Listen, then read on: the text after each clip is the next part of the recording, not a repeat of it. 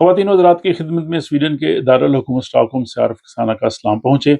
آپ جانتے ہیں کہ اس چینل کے ناظرین میں مختلف مذاہب اور عقائد سے تعلق رکھنے والے لوگ شامل ہیں، اور وہ سب میرے لیے قابل احترام ہیں، اور ہم چاہتے ہیں کہ عالمگیر بھائی چارہ ہونے چاہیے، ایک دوسرے کے ساتھ محبت کی فضا ہونی چاہیے۔ اس کے لیے ہم اگر ایک دوسرے کے نظریات اور ان کے مذاہب اور ان عقائد کو اچھی طرح سے سمجھیں تو ایک اچھی فضا جو ہے وہ قائم ہوتی ہے۔ اور اس مقصد کے لیے میں نے کئی احباب سے جو ہے وہ گفتگو جو کی ہے، ان کے انٹرویوز کیے، مختلف مذاہب سے تعلق رکھنے والے لوگوں سے، وہ آپ نے ملاحظہ کیے۔ دوسری طرف یہ بھی ہے کہ ہم اسلام کے حوالے سے بھی گفتگو کرتے ہیں۔ اس کا مقصد یہ ہوتا ہے کہ سب لوگ جو ان معلومات کو نہیں جانتے ان تک وہ معلومات پہنچ سکیں۔ اور اس سلسلے میں ہم نے یہاں اسٹاک ہوم میں 2007 سے ایک سلسلہ شروع کیا جس کو اسٹاک ہوم اسٹڈی سرکل کا ہم نے نام دیا، بہت سے احباب اسے جانتے ہیں۔ اس کا مقصد یہ تھا کہ ہم قرآن حکیم کی جو تعلیمات ہیں ان پہ غور و فکر کریں، ان کو سمجھیں، اور جتنے بھی ہمارے تصورات ہیں، خیالات ہیں، جو تعلیمات ہیں، روایات ہیں، جو کچھ بھی ہمارے سامنے پہنچتا ہے ان سب کو ہم قرآن کے فلٹر سے گزاریں۔ جو چیزیں قرآن کے مطابق ہوں ان کو ہم سمجھ کے اپنی زندگی کا حصہ بنا دیں، اور جو چیزیں جو ہے وہ اس کے مطابق نہ ہوں ہم انہیں جو ہے وہ الگ کر دیں۔ اور اس سلسلے میں ہم ہر ماہ ایک نشست منعقد کرتے ہیں۔ 2007 سے یہ سلسلہ جاری ہے، الحمدللہ 18 سال ہو گئے ہیں، اور یہ سلسلہ جو ہے وہ کامیابی سے جاری ہے۔ اسی سلسلے کی آج بھی ایک نشست ہو رہی ہے۔ اس نشست میں جو ہم نے گفتگو کرنی ہے اس کا خلاصہ میں یہاں ولاگ کی صورت میں آپ کی خدمت میں پیش کر رہا ہوں تاکہ آپ لوگ بھی جو ہے وہ اس سے مستفید ہو سکیں۔ تو سب سے پہلی بات ہوتی ہے کہ اکثر ہمارے ہاں یہ بات ہوتی ہے کہ یہ اسلام میں جائز ہے یا ناجائز ہے، یہ حلال ہے، یہ حرام ہے، یا کسی بھی معاملے میں ہم جو ہے وہ ایسی بات سنتے ہیں تو کرتے ہیں، تو سوال یہ پیدا ہوتا ہے کہ حلال حرام کی اتھارٹی کیا ہے، یا اسلام جسے ہم کہتے ہیں وہ ہے کیا، اور کون سی ہمارے پاس جو ہے وہ فائنل جو ہے ورڈکٹ ہے، اتھارٹی ہے، جس کی بنیاد پہ ہم یہ کہتے ہیں۔ تو ہمارے پاس وہ جو ضابطہ حیات ہے وہ قرآن حکیم ہے، جو آخری وحی ہے جو رسول پاک صلی اللہ علیہ وسلم پہ نازل ہوئی۔ اس کے بعد کسی وحی نے نہیں آنا، کسی پیغمبر نے نہیں آنا، اور ہمارے پاس وہ محفوظ ہے۔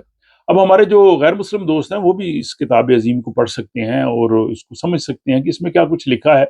بہرحال ہمارے جو احباب ہیں وہ اس پہ غور و فکر کرتے ہیں، اور اس کے بعد ہم اسی نتیجے پہ پہنچتے ہیں کہ جو وحی خداوندی ہے، قرآن حکیم ہے، وہ ہمارے لیے ایک دستور العمل ہے، اور رسول پاک صلی اللہ علیہ وآلہ وسلم کا جو اسوہ حسنہ ہے، جو نبی پاک قرآن کو انہوں نے ہمارے سامنے عمل کر کے دکھایا، وہ ہمارے سامنے جو ہے وہ ہمارے لیے مشعل راہ ہے، اور یہی ہمارے سامنے جو ہے وہ ایک کہہ لیں کہ فائنل اتھارٹی ہے، یہی ہمارے سامنے ایک جو ہے وہ لاہ عمل ہے۔ اور اسی سلسلے میں جو ہماری آج کی نشست تھی اس کا موضوع یہ تھا کہ یہ سب کچھ ہمیں معلوم ہے، لیکن اس کے باوجود ہم عمل کیوں نہیں کرتے؟ ہم احکام خداوندی کو سیریسلی کیوں نہیں لیتے؟ یعنی وائی دین از ناٹ اور ٹاپ پریورٹی، ہم نے اس کو پریورٹی پہ کیوں نہیں رکھا؟ تو یہ ایک بڑا ہی اہم سوال ہے، اور اس سلسلے میں قرآن حکیم نے جو کچھ کہا وہ مختصراً میں آج کی اس ولاگ میں رکھوں گا۔ باقی تفصیلی جو ہماری نشست ہے اسٹاک ہوم اسٹڈی سرکل کی، اسے آپ جو ہے وہ فالو کر سکتے ہیں ہمارے فیس بک پیج کو، اس میں جو ہے تفصیلات جو ہم وہ دیتے رہتے ہیں۔ تو بات یہ ہے کہ قرآن حکیم جو ہے وہ ہمارے پاس ایک سپریم اتھارٹی ہے جو ہمارے انفرادی اور اجتماعی زندگی کے تمام اصولوں کا جو ہے وہ فیصلہ کرتی ہے، اور رسول پاک صلی اللہ علیہ وسلم کا اسوہ حسنہ ہمارے لیے بہترین نمونہ ہے۔ اب وہ آیات مختصراً آپ ان کی سلائیڈز دیکھتے جائیے کہ ہم بے عمل کیوں ہیں۔ تو اس سلسلے میں پہلی آیت سورہ فرقان کی آیت 73 ہے، 25/73، والذین اذا ذکروا بآیات ربہم، کہ ان کے سامنے جب خدا کی آیات پڑھی جاتی ہیں، پیش کی جاتی ہیں، لم یخروا علیہا صما وعمیانا، کہ وہ لوگ جو ہیں وہ اندھے اور بہرے ہو کے نہیں پڑھتے، یعنی ان کے سامنے جب قرآن کی آیتیں آتی ہیں تو اس پہ وہ غور و فکر کرتے ہیں۔ تو اس سے یہ بھی ثابت ہوا کہ قرآن کو غور و فکر اور سمجھ کے پڑھنا چاہیے، اور جب مومنین کے سامنے، مسلمانوں کے سامنے یہ آیات آتی ہیں تو اس پہ وہ بہت غور و فکر کرتے ہیں۔ اگلی آیت سورہ نساء کی 136، یا ایھا الذین آمنوا، یہ بات ہو رہی ہے ان لوگوں سے جو اپنے آپ کو ایمان والے کہتے ہیں، اور ان سے بات ہو رہی ہے، یعنی جو مسلمان ہیں۔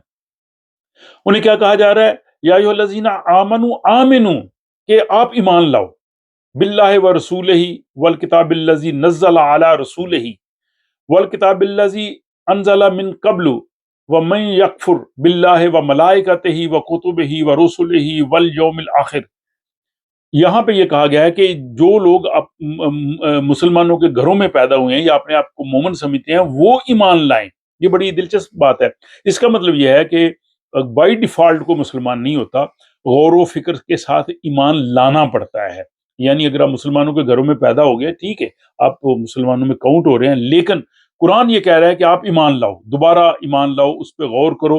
اور ایمان کس پہ لانا ہے؟ اللہ پہ، رسول پہ، جو رسول پاک صلی اللہ علیہ وسلم پہ کتاب نازل ہوئی ہے، جو اس سے پہلے کتابیں نازل ہوئی ہیں، اور ملائکہ پہ، فرشتوں پہ، کتابوں پہ، رسولوں پہ، اور مرنے کے بعد جو آخرت والی زندگی ہے، یوم آخر.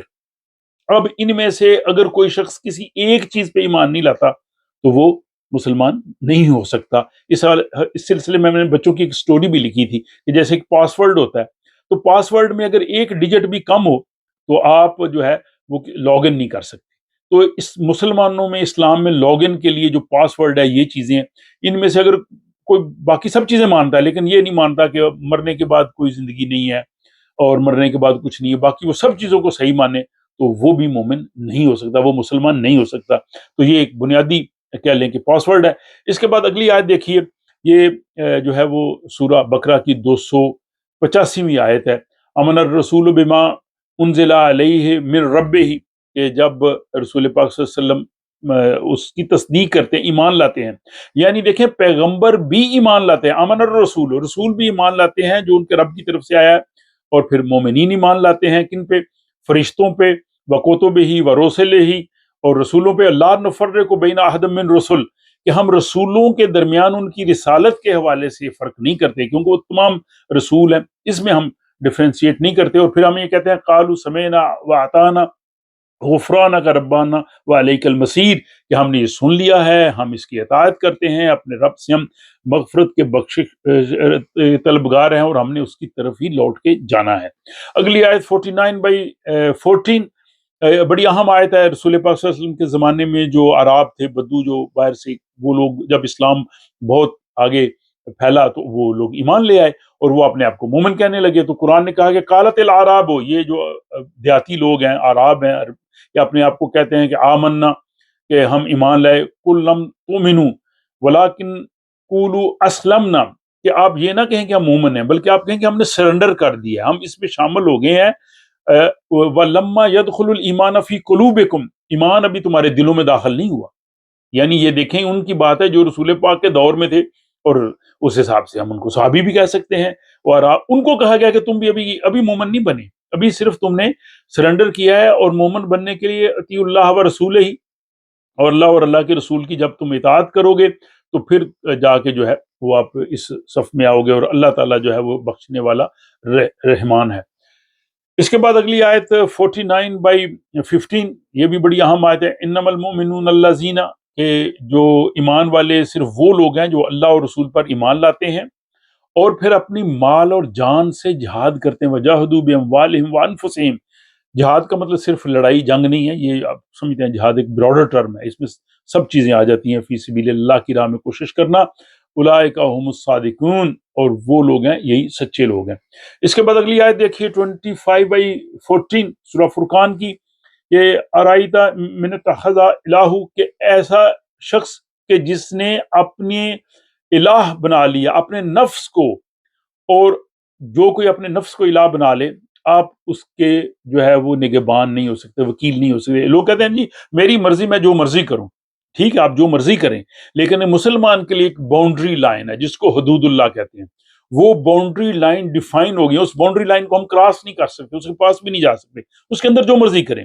تو یعنی اپنے نفس کو معبود بنا لینا، کہ الہ جس کو کہا گیا ہے، یہ ان لوگوں کے لیے جو اس وحی کی تعلیمات کی طرف نہیں آتے. اگلی آیت اسی سورہ کی 25/44، اور اس میں یہ کہا گیا کہ بہت سے ایسے لوگ ہیں جو بات کو سنتے نہیں، یسمعون اور یعقلون، جو اس پہ غور و فکر نہیں کرتے. وہ کون ہیں؟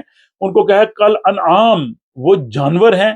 بل ہم اضل السبیلا، کہ وہ اس سے بھی بدتر اور گمراہ ہیں. یعنی جو لوگ غور و فکر نہیں کرتے، اپنے دماغ کو نہیں کھولتے، اپنی جو ہے وہ قرآن کی ان چیزوں پہ جو ہے وہ اپنا ریفلیکٹ نہیں کرتے، تو ان کو کہا گیا ہے وہ جانور ہیں، بلکہ جانوروں سے بھی بدتر ہیں۔ تو ہمیں سوچنا چاہیے کہ جب ہم قرآن حکیم پڑھتے ہیں تو ہمیں پھر کس طرح سے غور و فکر کے ساتھ پڑھنا چاہیے۔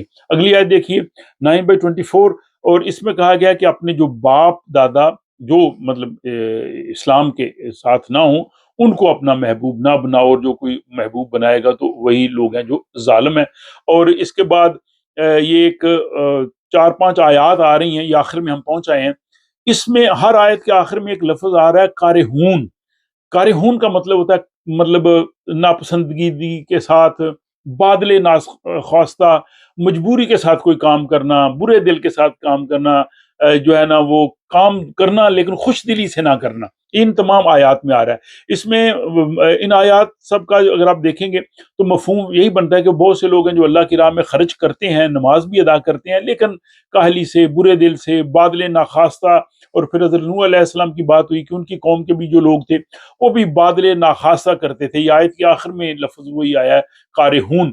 اور یہ اگلی آیت 23/70، یہاں بھی وہی لفظ ہے۔ رسول پاک صلی اللہ علیہ وسلم کے حوالے سے بات کرتے ہوئے یہ کہا گیا ہے کہ بہت سے لوگ ہیں جو کارہون اس صف میں آتے ہیں جو اس کو ناپسندگی دی مجبوری سے، بادل نخواستہ جو ہے وہ دین کے کام کرتے ہیں۔ اور یہ 43/78 میں بھی دیکھیے کہ بے شک آپ کے پاس حق ہے لیکن اکثر لوگ اس کو ناپسند کرتے ہیں، یعنی پسندیدگی سے نہیں کام کرتے۔ کارہون یہاں بھی یہ لفظ آیا ہے۔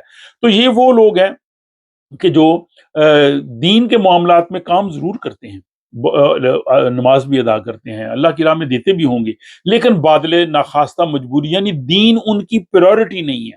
اگر ان کی پریورٹی ہو، سنجیدگی سے لیا گیا ہو، تو پھر یہ کارہون کا لفظ نہ آئے۔ اور ہمارا سب سے بڑا المیہ یہی ہے، اور آج کی گفتگو کا حاصل بھی یہی ہے کہ ہم اس چیز کا جائزہ لیں کہ ہم جو کام کرتے ہیں کیا ہم کارہون کے ساتھ کرتے ہیں؟ کیا دین ہماری ٹاپ پریورٹی ہے؟ کیا قرآن کو پڑھنا ہماری زندگی کے نصب و لین میں شامل ہے؟ کیا اس پہ غور و فکر کرنا ہمارا مقصد حیات ہے؟ ہر شخص جو ہے وہ اپنے لکھے اپنی زندگی کی 4-5-6 پوائنٹ کہ اس کی زندگی کی کیا مقاصد ہیں، اور اس میں اس کی پریورٹیز کیا ہیں، ترجیحات کیا ہیں۔ اگر تو ان ترجیحات میں قرآن شامل ہے، اس پہ غور و فکر شامل ہے، اس پہ عمل کرنا شامل ہے، تو پھر بہت اچھی بات ہے۔ اور اگر نہیں ہے تو ہمیں ضرور سوچنا چاہیے، کیونکہ وہ اقبال نے کہہ دیا نا کہ خرد نے کہہ بھی دیا لا الہ تو کیا حاصل، دل و نگاہ مسلمان نہیں تو کچھ بھی نہیں۔ اور اگلا ان کا زبردست یہ شعر دیکھیے کہ چے میں گوئم مسلمانم بلرزم، کہ جب میں مسلمان کہتا ہوں تو مجھے لرزہ مجھ پہ طاری ہو جاتا ہے۔ چے میں گوئم مسلمانم بلرزم کہ دانم مشکلات لا الہ، کہ مجھ کو لا الہ کی جو مشکلات ہیں ان کا پتہ ہے، یہ اتنا آسان نہیں ہے۔ اور اردو کے شعر میں انہوں نے یہی بات کہی کہ یہ شہادت گہی الفت میں قدم رکھنا ہے، لوگ آسان سمجھتے ہیں مسلمان ہونا، تو یہ اتنا آسان نہیں ہے۔ اور باقی یہ ہے کہ ہمیں انفارمیشن بھی ہے، ہمیں پتہ بھی ہے، پھر بھی عمل نہیں کرتے، جس کو غالب نے بڑی خوبصورتی سے کہا کہ جانتا ہوں ثواب طاعت و زہد، یعنی جانتا ہوں ثواب طاعت و زہد پر طبیعت ادھر آتی نہیں۔ تو یہ جناب ساری گفتگو تھی، اس لیے ہمیں اس پہ سوچنا چاہیے کہ ہم عمل کیوں نہیں کرتے، ہم دین کو جو ہے وہ سنجیدگی سے کیوں نہیں لیتے۔ دین ہماری ٹاپ پریورٹی نہیں ہے، اس کی وجہ ہے کہ ہمیں جب یقین ہوگا، جب کنوکشن ہوگی تو پھر ہم اس پہ ضرور کریں گے۔ جیسے ایک سائنٹسٹ ہے، اس کو کنوکشن ہوتی ہے کہ 2 ہائیڈروجن 1 آکسیجن ملے تو پانی بنتا ہے۔ اگر کسی کھانے میں زہر ملا ہے اور آدمی 2-3 دن کا بھوکا بھی ہو اور اس کو وہ کھانا دیں اور اس کو بتا دیں کہ اس میں زہر ہے، جس سے آدمی فوری طور پہ مر جاتا ہے، وہ کبھی نہیں کھائے گا، کیونکہ اس کو کنوکشن ہے کہ یہ زہر کھانے سے میں مر جاؤں گا۔ لیکن حرام کا مال کھانے سے ہمیں کچھ ہوگا، اس پہ ہمیں سوچنا ہے کہ حرام کا مال کھانے سے بھی ہمیں وہی نقصان ہوگا جو زہر کھانے سے ہے، جسمانی نہیں، ہمارا جو ہے روحانی یا ہماری جو اندر کا انسان ہے وہ مر جائے گا، اس کو بچانا ہے۔ اور ہمارے سامنے جو قرآن کی جو تعلیمات ہیں وہ بہت ضروری ہیں۔ ہمارے جو تصورات ہیں نا جی کہ ہم حج کر کے آ جائیں گے، ہمارے گناہ بخش دیے جائیں گے، ہم توبہ کر لیں گے، ہم فلاں رات کو اس دن عبادت کریں گے، اللہ تعالیٰ غفور الرحیم ہے، لیکن اللہ تعالیٰ نے یہ بھی کہا ہے کہ وَمَن يَعْمَلْ مِثْقَالَ ذَرَّةٍ خَيْرًا يَرَهُ وَمَن يَعْمَلْ مِثْقَالَ ذَرَّةٍ شَرًّا يَرَهُ، کہ چھوٹی سے چھوٹی برائی اس کا بھی حساب دینا ہے، اور چھوٹی سے چھوٹی نیکی اس کا بھی ریوارڈ ملے گا۔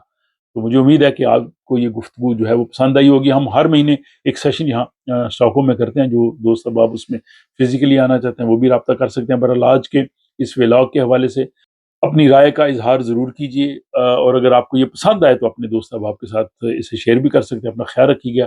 آپ سے ملاقات ہوتی ہے کسی اگلے ولاگ.